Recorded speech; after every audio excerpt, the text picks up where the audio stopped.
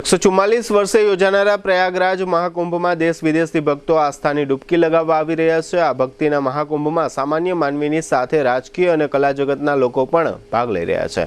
યુપીના CM યોગી પણ આ કુંભમાં આસ્થાની ડૂબકી લગાવી ચૂક્યા છે। તો આગામી દિવસોમાં પીએમ મોદી પણ મહાકુંભની મુલાકાત લેશે। ત્યારે બોલિવૂડ જગતના દિગ્ગજ કલાકાર પ્રિયંકા ચોપરા, અનુપમ ખેર અને ભાગ્યશ્રી પણ અહીં નતમસ્તક થઈ ચૂક્યા છે। આ તમામની વચ્ચે એક નામ એવું પણ સામે આવ્યું જેણે અલગ જ ચર્ચા જગાવી હતી અને તે નામ છે અભિનેત્રી મમતા કુલકર્ણીનું। 90ના દશકની લોકપ્રિય અભિનેત્રી રહેલી મમતા કુલકર્ણી હવે આધ્યાત્મ તરફ વળી ચૂકી છે। તેણે પ્રયાગરાજમાં ચાલી રહેલા મહાકુંભમાં આસ્થાની ડૂબકી લગાવી અને સંન્યાસી તરીકે બાકીનું જીવન વિતાવવાનું નક્કી કર્યું। મમતાએ મહાકુંભમાં દીક્ષા લીધી છે અને નવું નામ શ્રી યમાઈ મમતા નંદગીરી સ્વીકારી પોતાની નવી ઓળખ ઊભી કરી છે।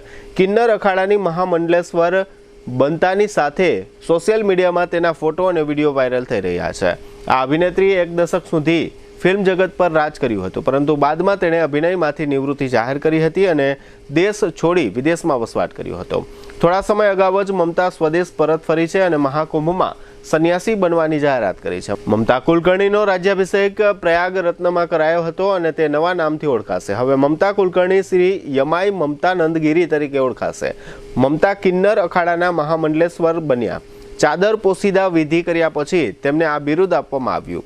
મમતાએ સંગમ નદીના કિનારે પોતાના હાથે પિંડદાન કર્યું। હવે આ ગ્લેમરસ અભિનેત્રી ભગવા રંગના પોશાકમાં જ જોવા મળશે। જૂના અખાડાના આચાર્ય લક્ષ્મી નારાયણ ત્રિપાઠી દ્વારા દીક્ષા આપવામાં આવી છે। મમતા હાલમાં કિન્નર અખાડામાં રહે છે અને સંન્યાસ લીધા પછી તેમણે ભગવા વસ્ત્રો પણ પહેર્યા છે।